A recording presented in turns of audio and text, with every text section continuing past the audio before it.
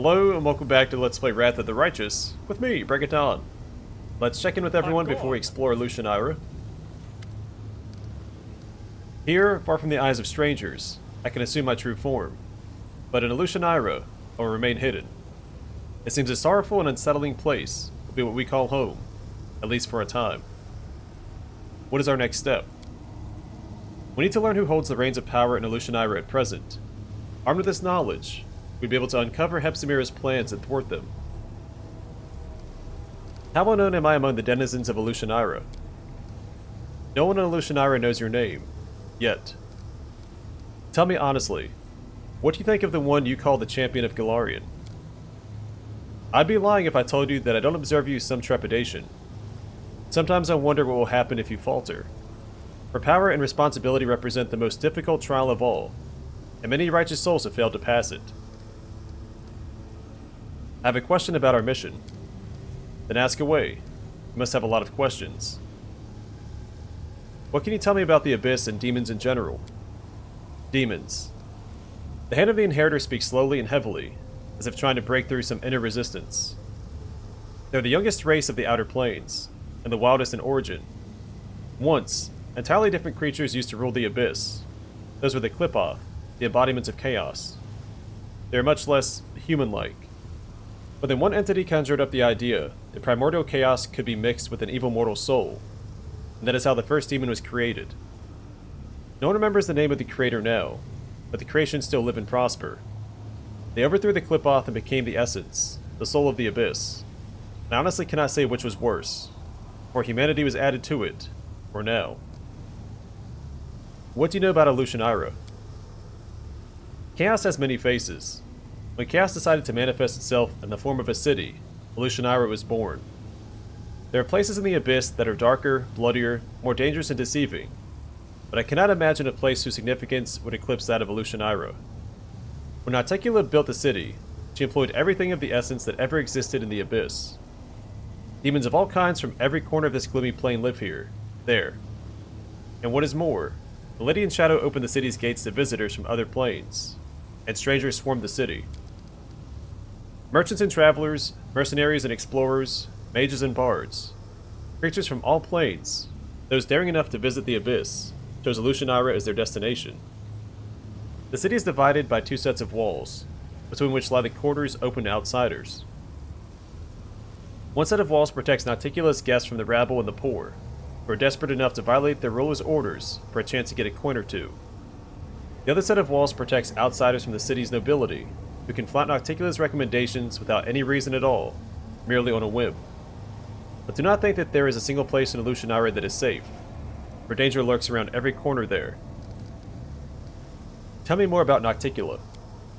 The Lady in Shadow, the first of the succubi kin, and likely the most dangerous demon to have ever been spawned by the Abyss. I cannot tell you much about her, for she cunningly hides in the shadows, eluding the daggers of her foes and the schemes of her rivals. All I know is that she gained power after she overthrew Vaxis, who was the lord of shadow demons. She took his powers, his realm, and his subjects, and that merely whetted her appetite. Many demon lords have perished since then, cut down by her treacherous and sudden strikes. With each fallen enemy, her power grew stronger and her glory greater. I cannot tell which of her weapons is more dangerous, her unnerving strikes, her seductive charms, her unbridled courage, or her astounding stealth. You must beware of all these dangers. What is so dangerous about Hepzibah? She is the worst of all Baphomet's offspring. She gained this grim title in the bloody conflict with her own brothers and sisters, as she brutally wiped out everyone who stood in her way. She did not even show mercy to her own mother, and doomed her to her cruel execution.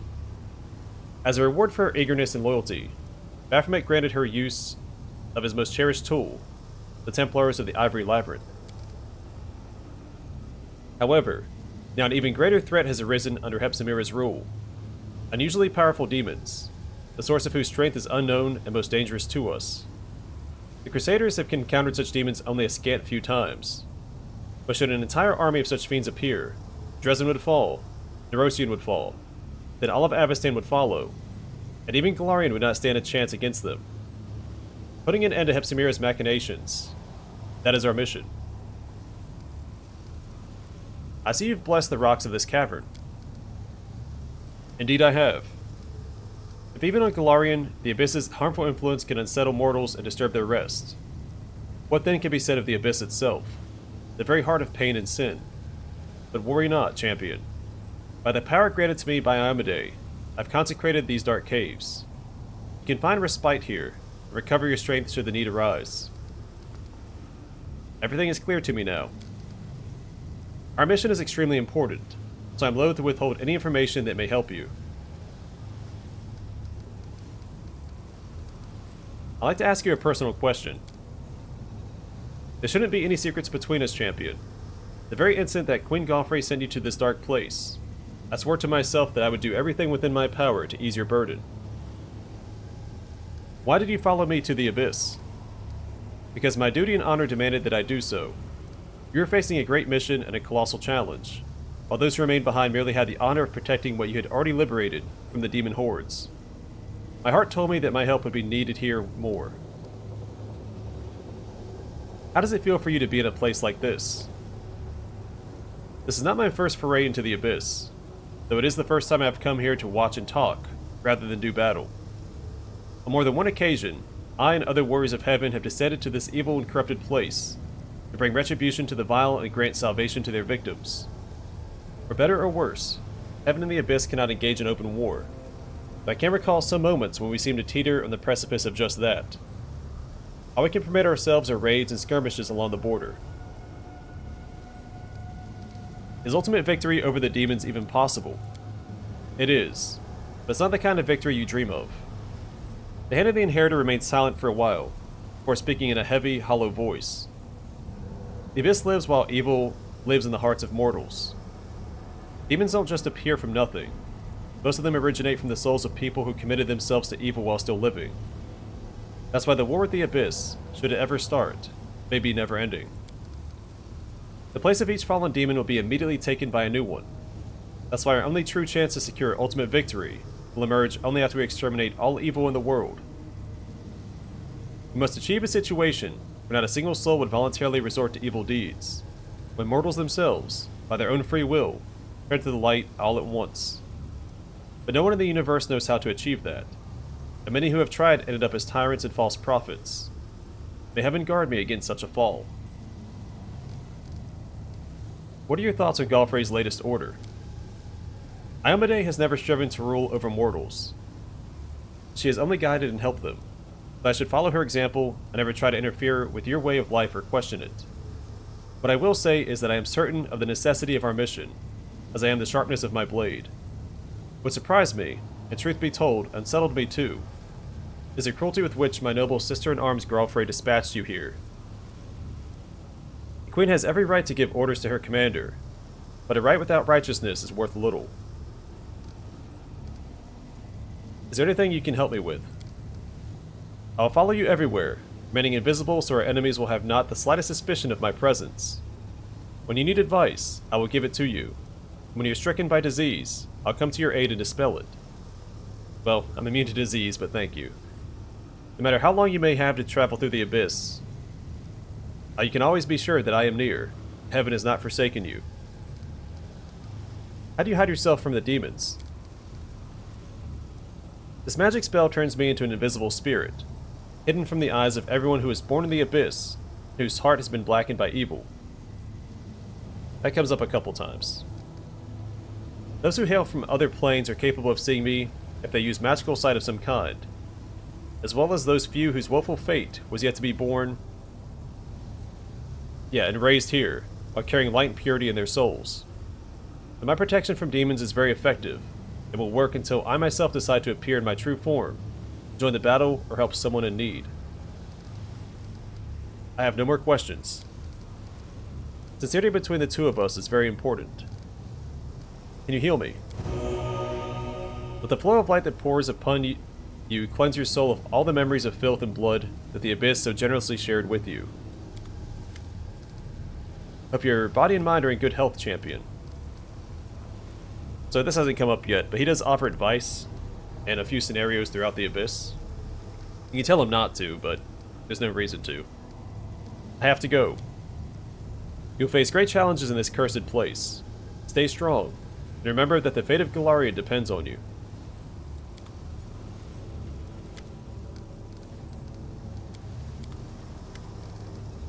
I should may talk after we rest. This place has been sanctified. It can protect the area around it from the corruption of the Abyss.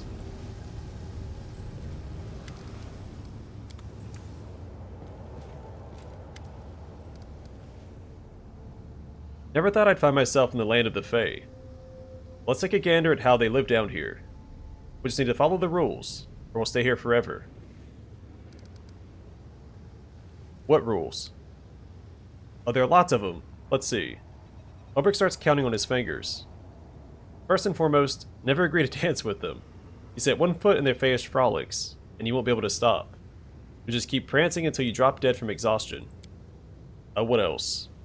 Don't accept any gifts, and always give something in return, or else you'll have to serve them forever and ever. Don't eat or drink anything without permission, or they'll turn you into a beast, or even a cockroach.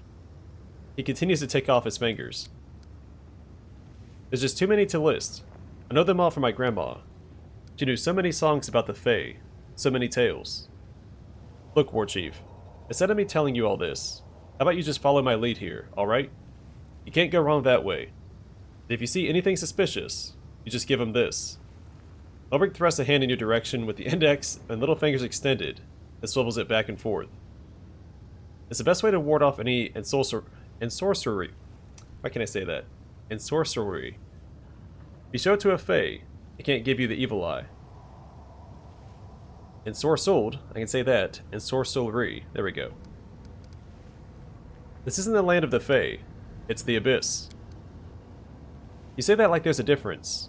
Sure, some Oglins have horns, others have wings, and still others have horns and wings. But they're all the same Oglins in the end. I need to talk to you. I'm always up for a chin wag. What's on your mind? So Ulbrich is almost right. All of the creatures we're dealing with are outsiders. Fae aren't considered outsiders, though.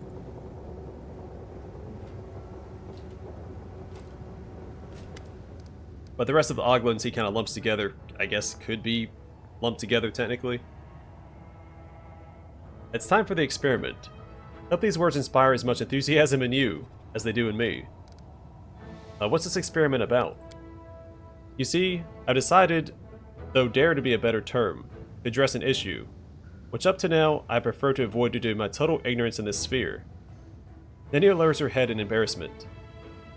I realize it's hard to believe that I, a person of, let's skip the false modesty, superior intellect, do not know something so simple. But it's never too late to fill in gaps in one's knowledge, right? I'm talking about friendship. To be honest, at first I planned to assign the writing of this article for the encyclopedia to a co-author of some kind. But then I met you, my loyal follower, and suddenly I thought I could write it myself. Nenio seems to have reached the limit of her courage, as she looks away. So you've never had any friends? I see no sense in them. Hold on, you're trying to say that you consider me your friend? You misunderstand me. I don't need friends. I have no desire to spend my time on them when I could spend it on new experiments and discoveries. Nenio explains this to you as though she is speaking to a 5-year-old. I just want to learn what it's like to have friends. For the encyclopedia, nothing more. I realize that you would like to consider me your friend. Who wouldn't? I'm a scientific luminary, after all. So I do apologize for disappointing you. Well, if it needs to be done, we'll do it. Let's get started. I'm glad you've agreed. Many would have considered my request too personal and refused. It's good that you're above such squeamish sentiment. Here, I've made a list. I base it on my observations of individuals around me and on my personal knowledge of the topic, which I have to admit is far from comprehensive. He hands you a crumpled piece of paper. Study it well. We'll start as soon as you're ready. We have to follow this list. Nenio looks at you with disapproval. You're trying to say that I made it for nothing. I've developed a perfect methodology that involves all the mechanisms of friendship between two individuals. But by all means, sure, let's just abandon the list. Read the list. Point number 1.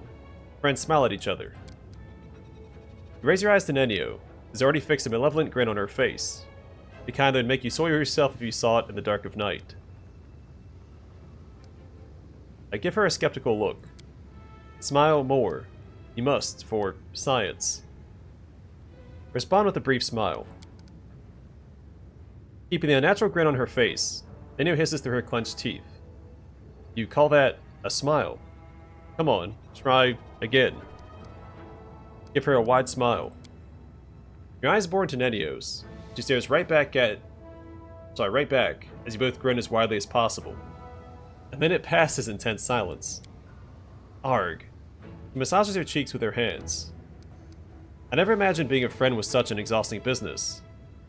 So, what's next on the list? Read the list. Point number 2.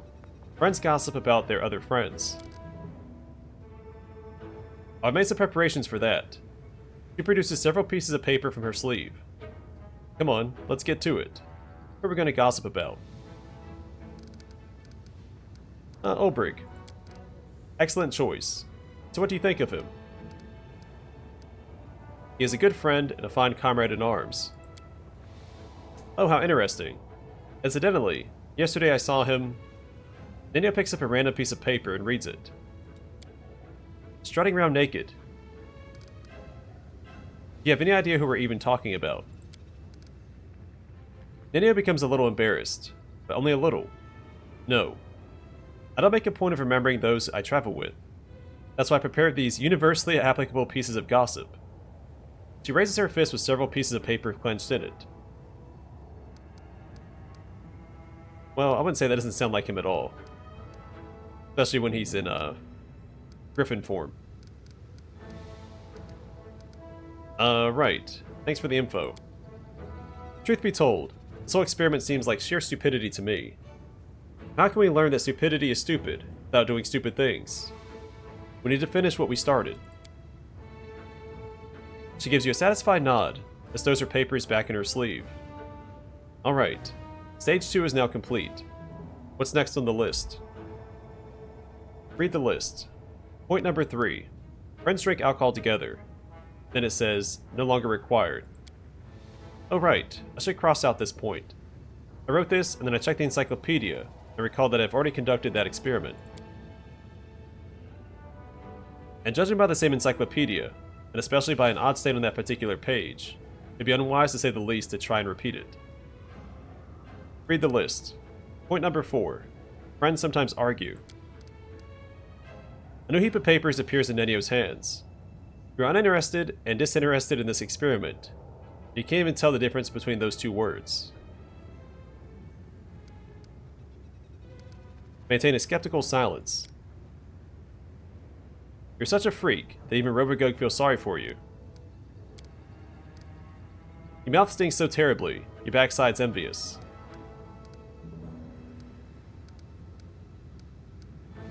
What? Your head's only suitable for use as a receptacle for food. I'm gonna just stay silent. Hey, I'm running out of insults. Come on, join in the discussion. Maintain a skeptical silence. Nenio looks at her papers somberly, then crumples them and hides them in her sleeve. You're, a fool. Continue to maintain a skeptical silence. Nenio sighs. Fine, that's enough. I think I've bickered enough for the both of us. We can be considered friends now. And on that note, I conclude the 4th part of the experiment. What's last on the list? Read the list. Point number 5. Friends sometimes copulate. Oh yes, that. Nenio sighs. Take off your underwear. Not all friends have to do that. Is that true? Are you sure? What an unexpected and interesting piece of information. I must confess, I wasn't so thrilled about this whole copulation idea from the start. It's so nice that science does not demand the sacrifice of me today. This thoroughly awkward experiment is finally concluded. I've learned what it means to be a friend, and now I can write an article about it for the encyclopedia. Nenio rubs her nose with a pencil. I'm happy that it's over. I'm once again convinced that friendship is the most foolish of all occupations. You did it all wrong. Friendship is more than just smiling, gossiping, bickering, and sex. Is it? We've concluded all the assigned actions typical for two friends. Of course, I could have compiled an extended list, which have included joint food ingestion and senseless banter with the aim of showing each other in the least attractive light. But how would that change the situation? You know what I will write in the encyclopedia? Friendship is a set of primitive rituals intended to help individuals forget about their loneliness. However, I have no interest in that. I see my loneliness as a sign of my uniqueness. The one who leads the way is always alone. Now I have time to answer your questions. Come on, ask away. Check out this mask I found. There's writing on the inside. Nenio snatches the mask from your hands and examines it from every angle. It looks like an average mask. Smells like mold. Tastes like yuck, disgusting. The eye holes are... He puts the mask on and looks at you through it. Utterly unremarkable. And yet I sense some hidden magic in this mask. I bet my encyclopedia that it must be the answer to one of the riddles of those statues in the nameless ruins. The writing on the inside looks very much like one of the answers. With a sigh, she hands the mask back to you. All I have to do now is find 4 such masks and bring them to the statues. You won't forget to take me with you when you head to solve the statue's riddles, will you? Better write it down somewhere. Nenio is extremely interested in visiting the nameless ruins after you find all 4 masks.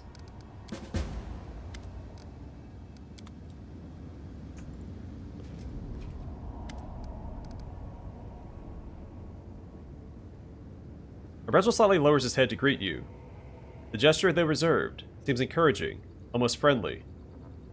Paralytic Derange's eyes no longer grip you with the same old cold judgment as before. Greetings, Commander.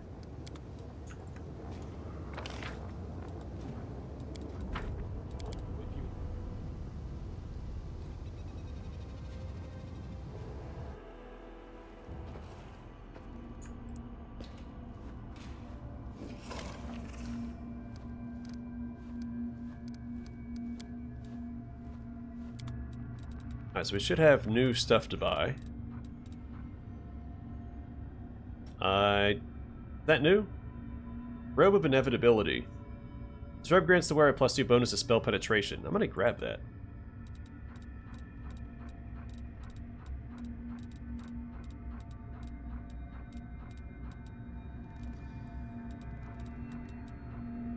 Alright, so here's some new stuff. So we have Unceasing Slaughter. Spell grants its wearer a +4 enhancement bonus to Dexterity and Constitution. Whenever the wearer of this belt lands a killing blow, they gain a +2 bonus to Dexterity and Constitution scores for 3 rounds. Let's grab that. Braces of Balance. Wearer of these bracers gets a +5 bonus to CMD and a +5 bonus to CMB. If the wearer was knocked prone, the wearer makes a Fortitude saving throw DC 23. On a successful save, the wearer is no longer prone. Acrobat's Footwear. His boots allow its wearer to stand up without provoking an attack of opportunity. We don't get knocked prone very often. In fact, I think the only time it's happened is when I had the Earthbreaker that I caused myself. A Master Fencer's Sword. This +4 Anarchic Dueling Sword allows its wielder to add half their rank and mobility skill as a bonus to damage rolls on critical hits and attacks of opportunity. It's pretty good. A Trailblazer's Armor. This +4 leather armor grants its wearer a +10 competence bonus on perception checks and a +3 bonus to maximum dexterity.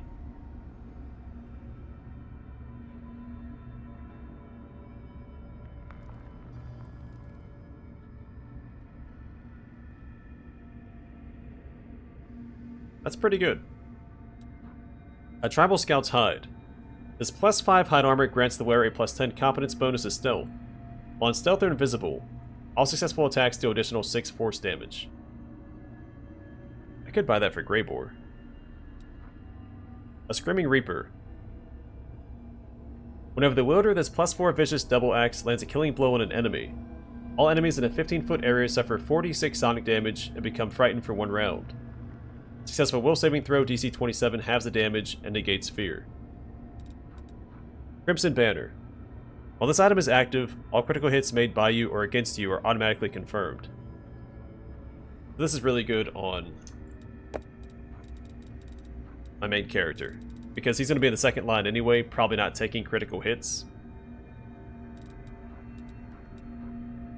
A Seasoned Assassin's Armor. While wearing this +4 studded armor, you have total concealment against all ranged attacks, weapon, and touch. Whenever you receive a critical hit from a ranged attack, you gain DR 10 for 1d3 rounds. However, receiving a critical hit in melee combat makes you prone for 1 round.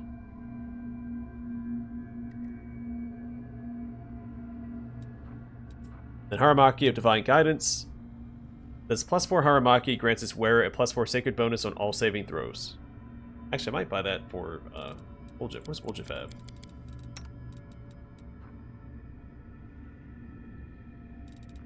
Yeah, we can do better. It's not very expensive. I mean, 67,000. Sure, we'll buy that for Greybor.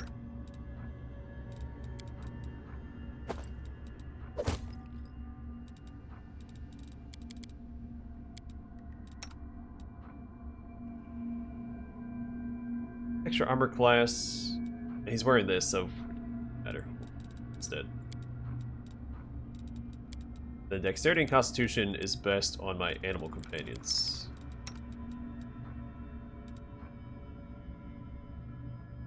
I'll give it to him. He needs to be tankier. I mean, more damage is great, but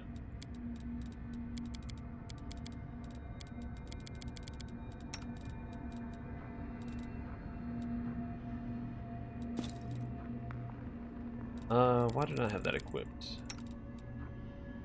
Oh, that's right. Let's equip that back.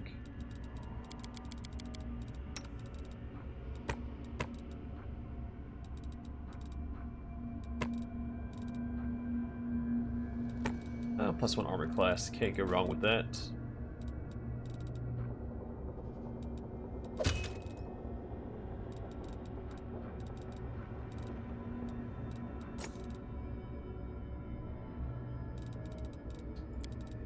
That should be good. Main character can equip this.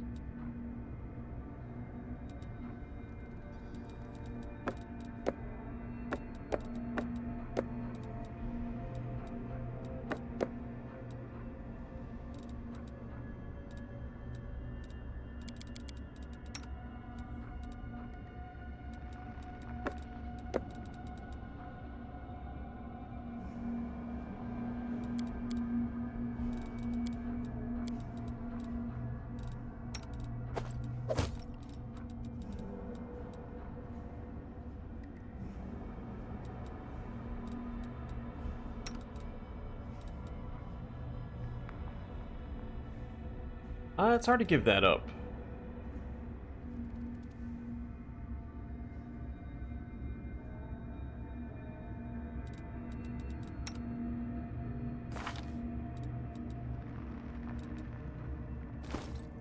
Not on him, though.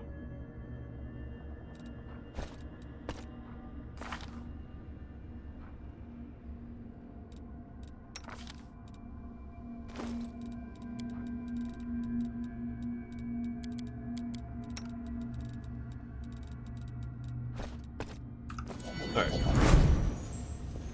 That works for me. I will learn the weight of my sword. I have faith in the inheritor. I'm the first into battle, and the last to leave it. Their eyes half closed. Tila whispers the words of the oath of Amade's paladins. Trailing off, she opens her eyes and sighs. How did we end up here? I never would have imagined I'd find myself in the abyss. We've overcome everything we faced so far. We'll get through this as well. That's right. Thank you, Donald. I've always had faith in us, and I'll keep having faith. Sometimes a girl needs a few words of encouragement.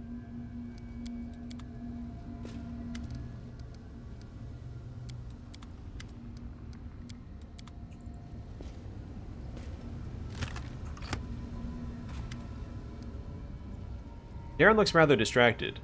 He is staring into space as though he's listening to something deep inside himself. Finally, he notices you, and his lips quirk into a nervous smile. So many people have cursed me and told me I'll end up in the abyss when I die. I suppose I've rather deftly subverted their expectations by getting here while I'm still alive. You don't like it here, do you? Can you see that I'm afraid? More afraid than I've ever been in my entire life. Darren asks in a grim voice. And believe me, I'm no stranger to paralyzing fear. We're in the most atrocious and macabre place imaginable. Moreover, we're practically surrounded by demons, curse them all. Vile, rotten creatures who can experience something approaching joy, only when torturing mortals. Can't even imagine how glad I am to find myself in their domain. I treat this as another adventure. In my world, an adventure is getting totally smashed with a couple of apprentice mages who've just got the hang of basic teleportation spells, and waking up several thousand miles away next to someone you've never clapped eyes on before. Someone who might turn out to be a Verizian saber swallower or a dragon in human form. But this... well, fine. Find me at least one beautiful saber swallower around here, and I shall magnanimously agree to call it an adventure. Darren smiles again, either recalling something good from his past, or enjoying his own joke.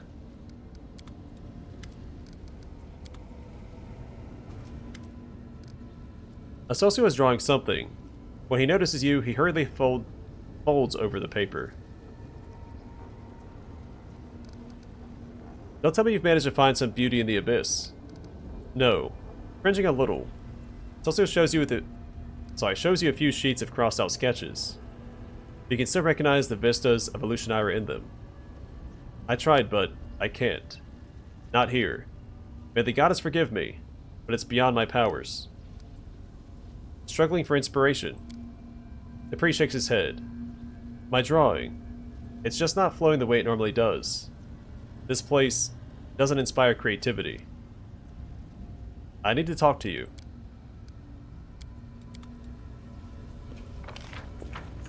That should be it.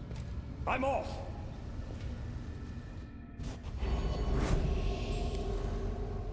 You must have seen and done many horrific things in your line of work.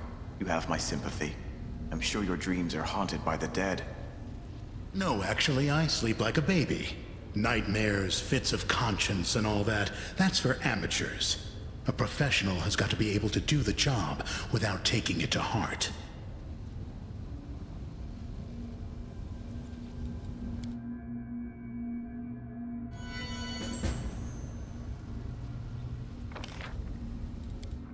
IMC Greybor. I do what I must. Greybor gives a sly smile as he lights his pipe. The excited glint in his eyes betrays his impatience to share some news with you. Finally, he can contain himself no longer. Interesting news has reached my ears, Donald. There's been talk among the more disreputable citizens of Alushinyrra that someone is hiring the most vicious thugs and cutthroats to kill a certain Willidus. A familiar name, isn't it? I strongly suspect that this is the same Willidus who set me up during the assassination of Darzand. I'd call that a fortuitous coincidence. Remind me, what do you have against Willidus? I can't wait to have a few words with that fellow. He contracted me to kill the Baylor Darzand, and insisted that I use the magical dagger he gave me, which turned out to be defective. My target escaped, even though it only postponed his death for a few days. It sullied my reputation. This means, of course, that Willidus will have to pay. I'm not yet sure how I will collect that payment, in gold or his life. How did you obtain this information? Greybor sounds offended.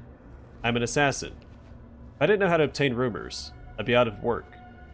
I visited a few taverns, including a place called Bad Luck. That's a real cesspool, and information flows into it from all over the city. I was approached by someone who was looking for thugs to hire. He was the one who told me everything. I would have found out more if I had talked to him longer. After he called me a bloody larva, he needed the dentist, and I needed a new mug of beer. Who is this Willidus? Greybor takes a slow, thoughtful draw from his pipe, then answers in a businesslike manner. Here's what I know about our prey. He is a demon, and a wizard powerful enough to enjoy high status in this city. Lately, he has surrounded himself with a small army of mercenaries, but they are mere thugs who lack the skills of professional bodyguards. Ever since Willidus found out about the bounty on his head, he hasn't left his mansion. I suspect it's full of traps. I wouldn't underestimate the danger of facing Willidus. They're looking for real daredevils to bring him down, which means this whole business is almost certainly risky, maybe even suicidal. Who wants Willidus dead? The dwarf shrugs. An anonymous entity who apparently has more brains than Willidus, and is smart enough to keep his name a secret from his employees. I bet it is one of the Deskarites. Darzon was one of Deskari's lackeys, after all. Even though eternal strife never ends within that snake pit, they always team up against external threats. And what do you suggest? I'll be darned if I let a bunch of incompetent thugs get to him before me. No. First I must have a little chat with Willidus. And then they can do whatever they want with him. How about we leave those hapless goons in the dust, and visit Willidus' mansion first? Sounds like an exciting challenge, doesn't it? Do you want to kill Willidus? Not necessarily. Perhaps I'd rather have the full weight of compensation in gold. And yet, the longer my vengeance is delayed, the stronger my desire grows to collect the debt in another way. How do we find Willidus? His mansion is in the upper city. It's called the House of Wicked Knowledge. I'm not sure how wicked his knowledge is exactly, but he is truly wicked when it comes to business agreements. Alright, let's pay this Willidus a visit. Excellent. I think that conversation will involve some good, old-fashioned violence.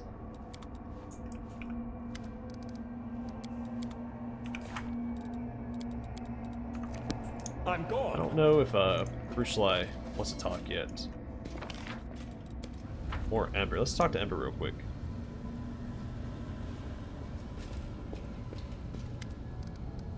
It may not happen until we rest next time. We do it now.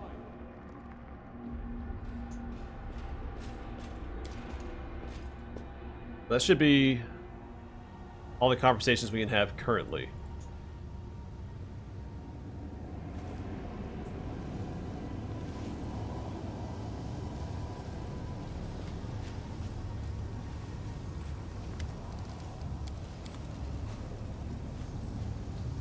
Alright, I'm gonna call it here, and next time we will go to Alushinyrra, buff up, and begin exploring the city. The city, you do have to remain buffed up as you explore the entire thing, because you'll be ambushed repeatedly through the area.